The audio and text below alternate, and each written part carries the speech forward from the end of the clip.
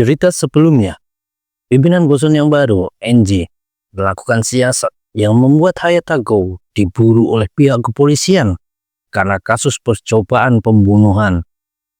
Dan di tengah pelariannya dari polisi, Hayata Go malah ketemu sama Seton. Hayata duduk di aspal dan bilang kalau dia juga organisasinya adalah kejahatan yang diperlukan. Kalau aku tertangkap, maka keseimbangan antara Yakuza, preman lokal dan polisi akan hancur. Kota ini akan berubah jadi kacau.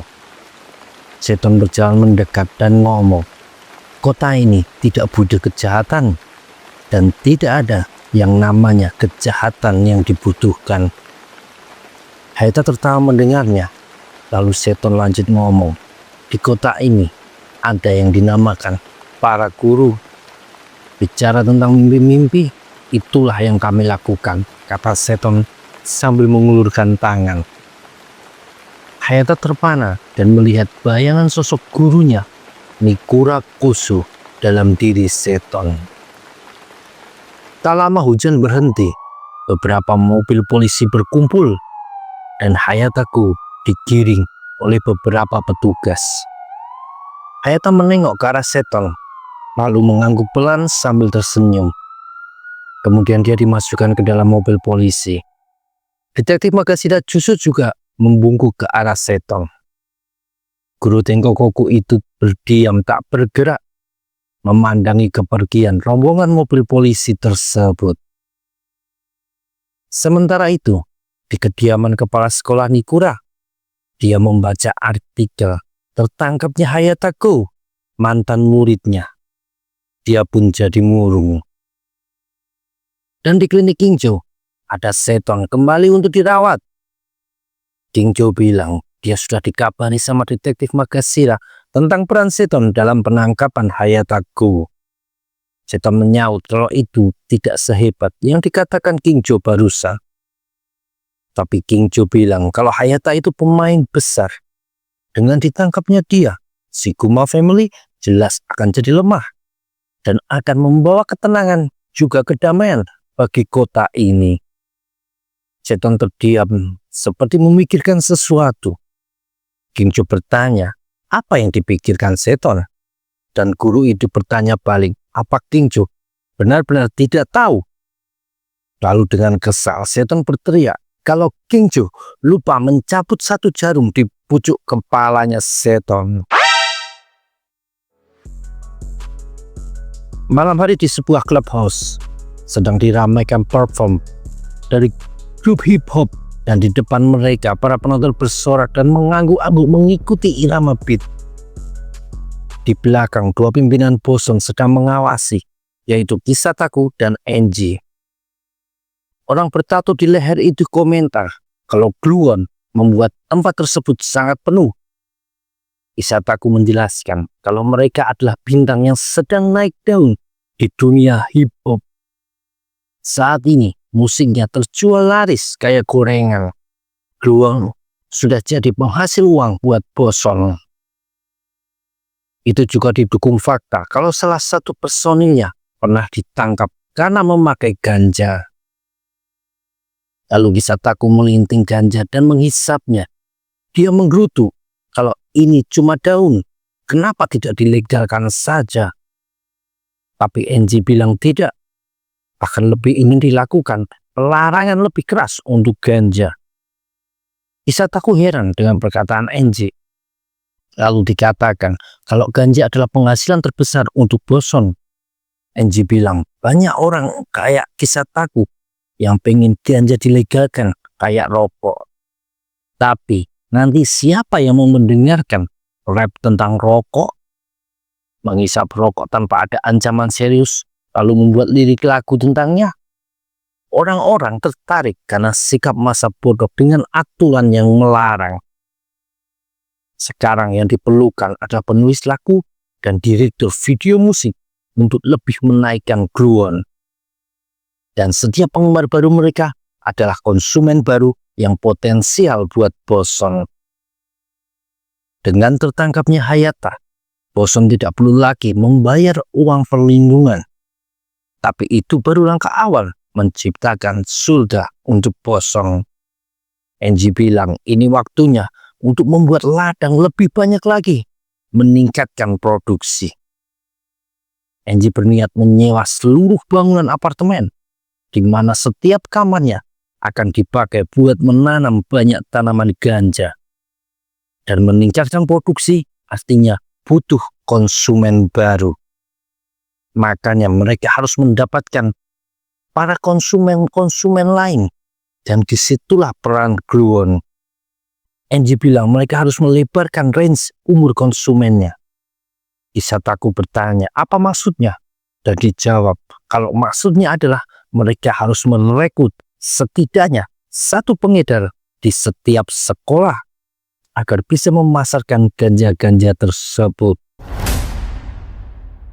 Besoknya ada Seton, Kasuma, Sota, dan Sogu sedang bermain mahjong dengan taruhan yang kalah harus mentraktir ramen. Seton bingung mau membuang biji apa.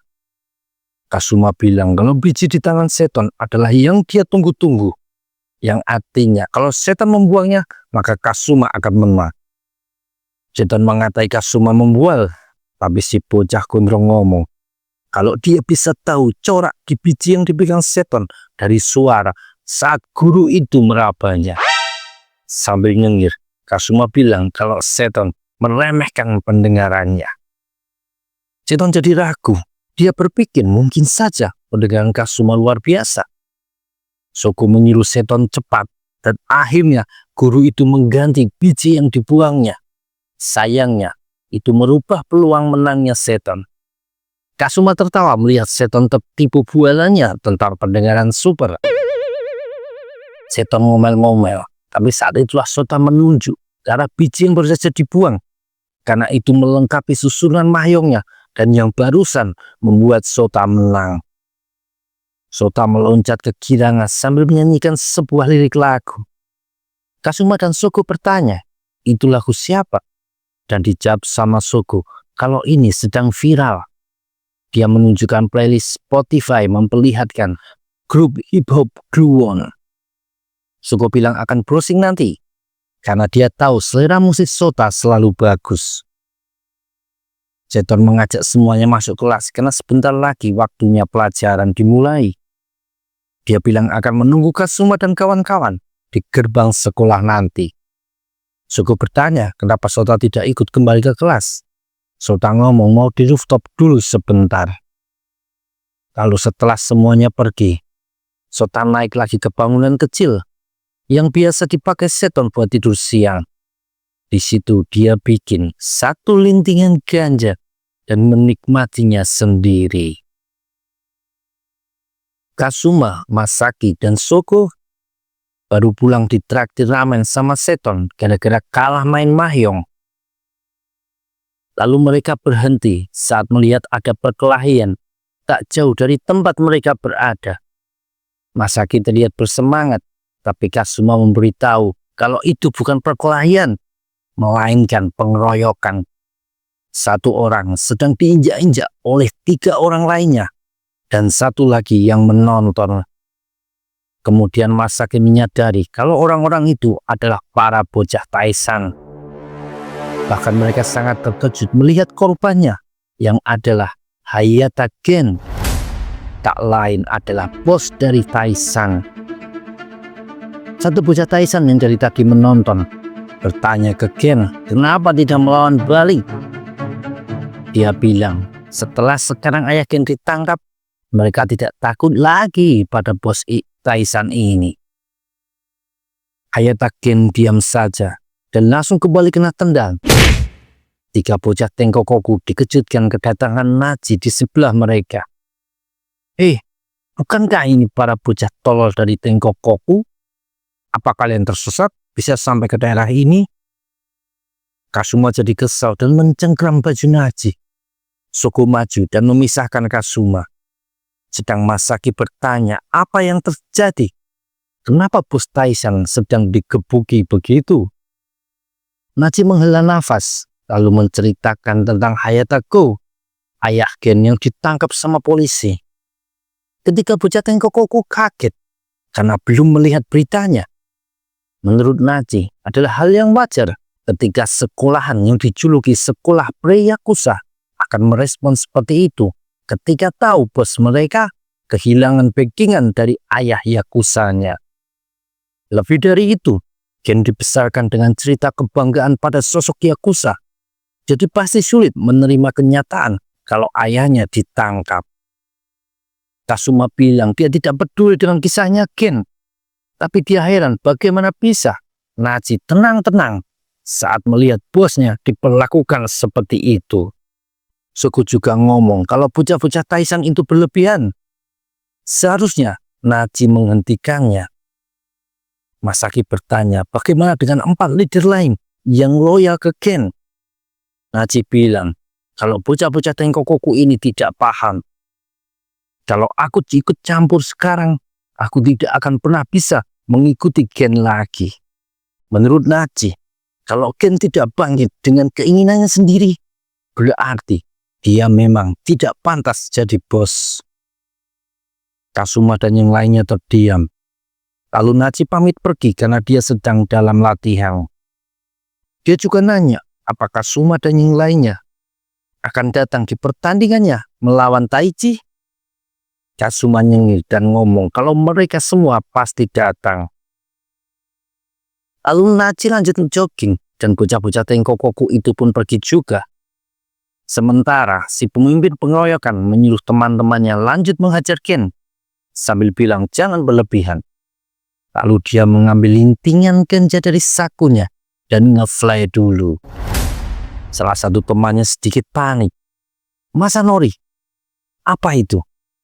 Yang ditanya cuma tersenyum dan menjawab kalau ini barang bagus. Dan kalau temannya mau, dia harus bayar. 2 hari kemudian, kompetisi tinjunya dimulai. Sedangkan Taichi masih di ruang tunggu.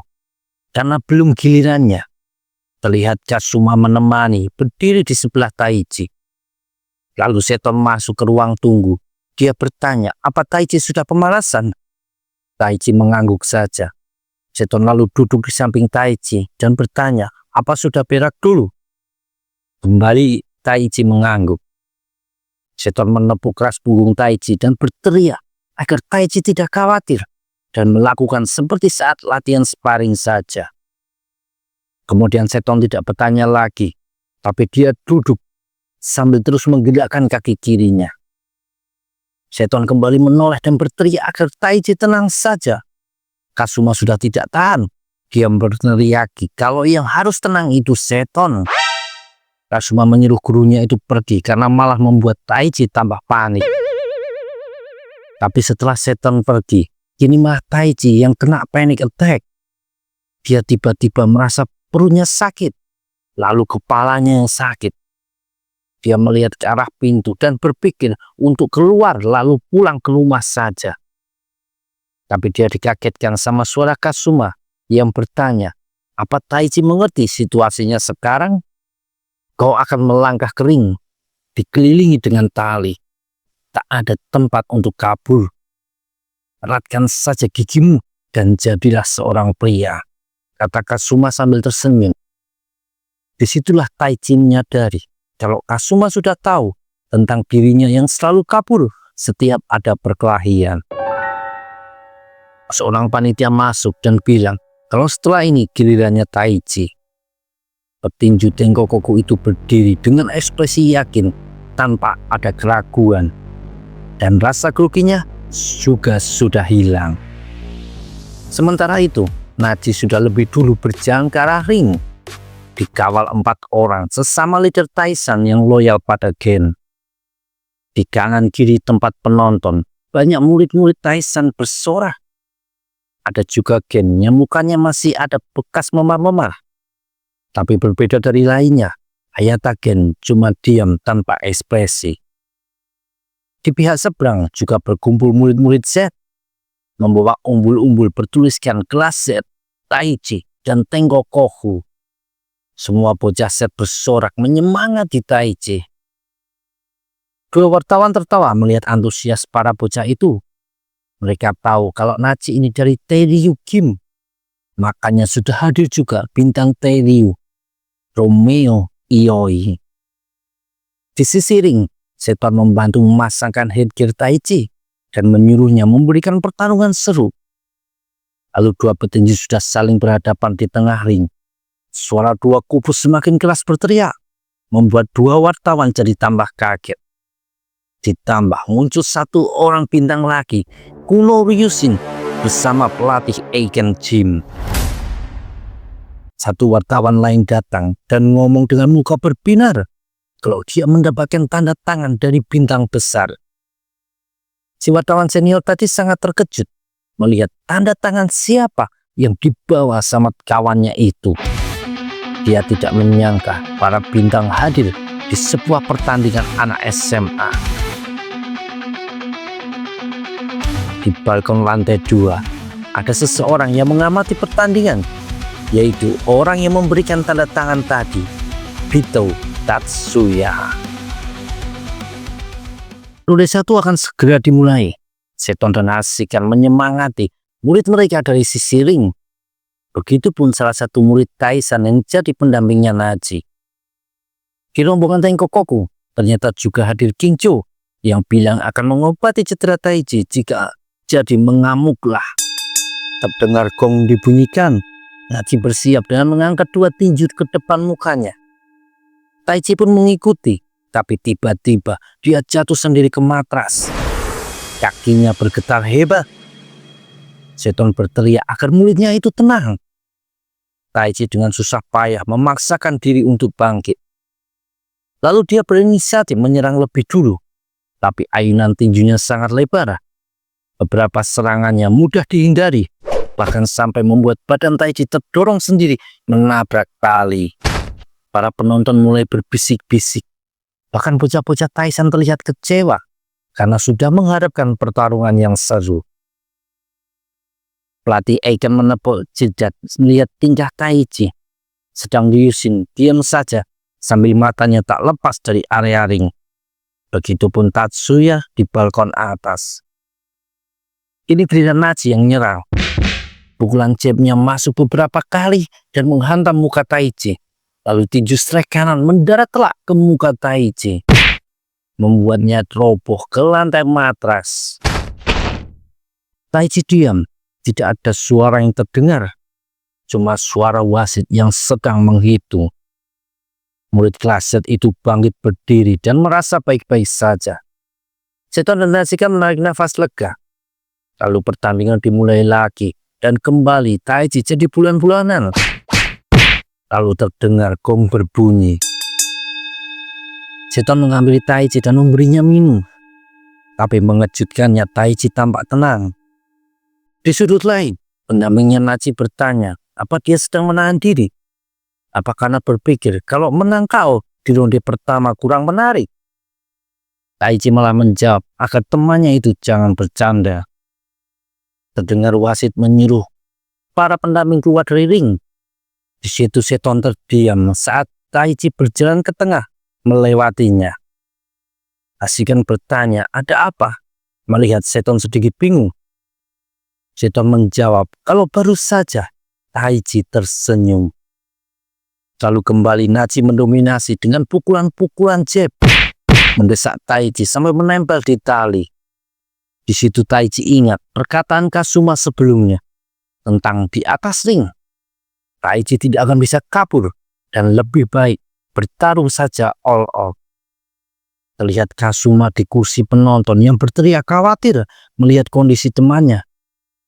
Yang mana Taichi itu sedang mengingat bagaimana dia selalu kabur, berlari menjauh.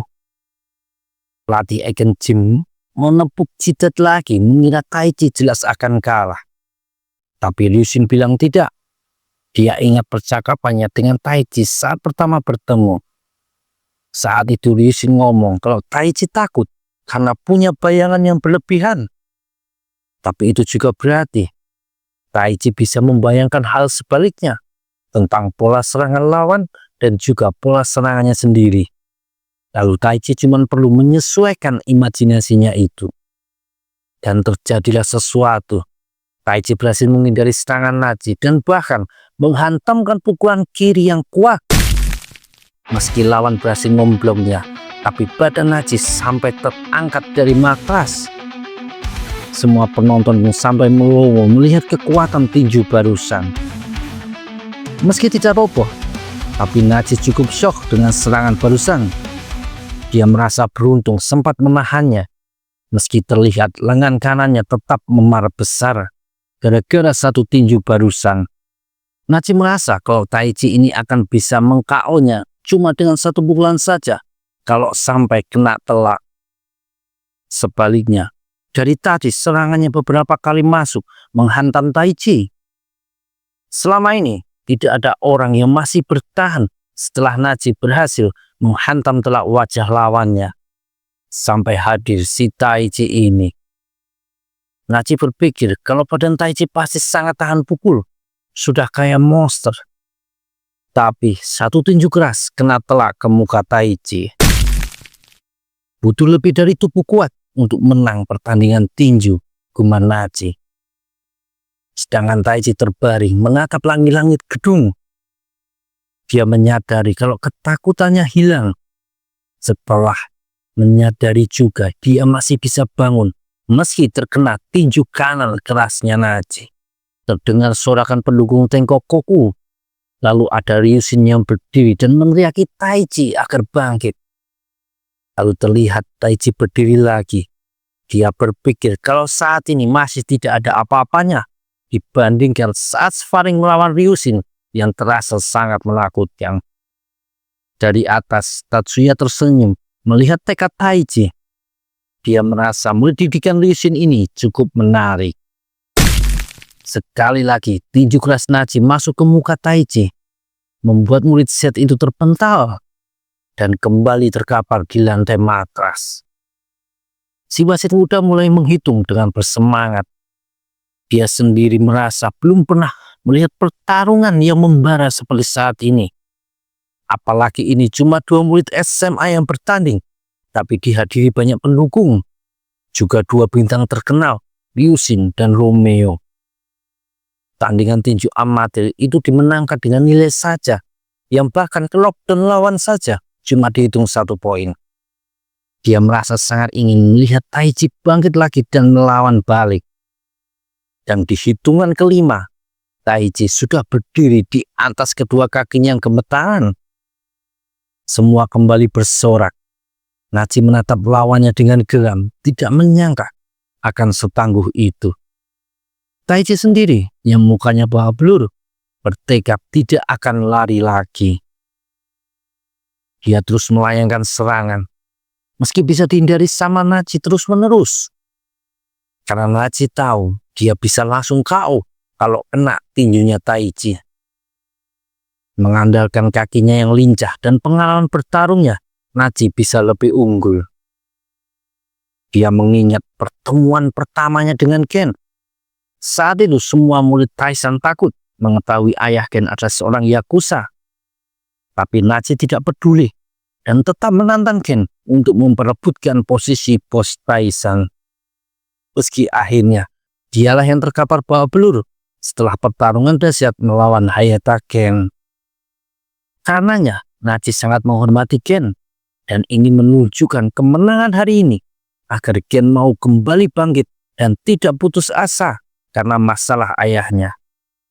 Sementara Taichi mengingat momen dia mendapat ayah tiri yang awalnya baik-baik saja sampai akhirnya mulai memukuli sang ibu.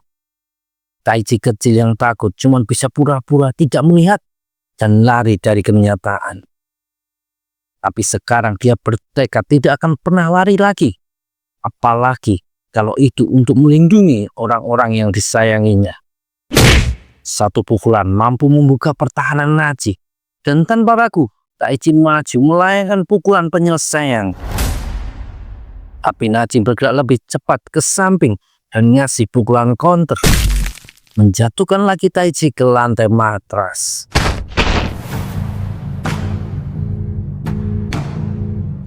Wasit langsung menghitung kembali. Tapi deretan wasit lain di luar ring yang bertugas mencatat nilai meneriakinya kalau pertandingan sudah selesai. Akan berbahaya kalau diteruskan. Wasit yang di atas ring terdiam melihat Taichi, lalu memutuskan kalau pemenangnya adalah Nachi Choshiro dari STM Taishan. Kerumunan Taishan bersorak gembira, sedangkan di sisi Denkokoku terdiam lesu. Tapi tepuk tangan dari Seton membuat semuanya ikut memuji usaha keras Taichi tadi. Hal itu membuat orang-orang lain juga ikut bertepuk tangan. Sedang di atas ring, Nachi melihat lawannya yang sedang menangis. Dia berkata ke Taichi agar jangan terlihat menyedihkan begitu. Apa kau kecewa karena tidak bisa mengalahkanku? Jangan bercanda, bodoh. Dia menoleh ke arah Taichi dan lanjut ngomong, cuma orang-orang yang sudah berlatih sangat keras yang akan merasa kecewa saat kalah. Jadi teruslah berlatih dan aku akan melawanmu lagi kapanpun kau mau.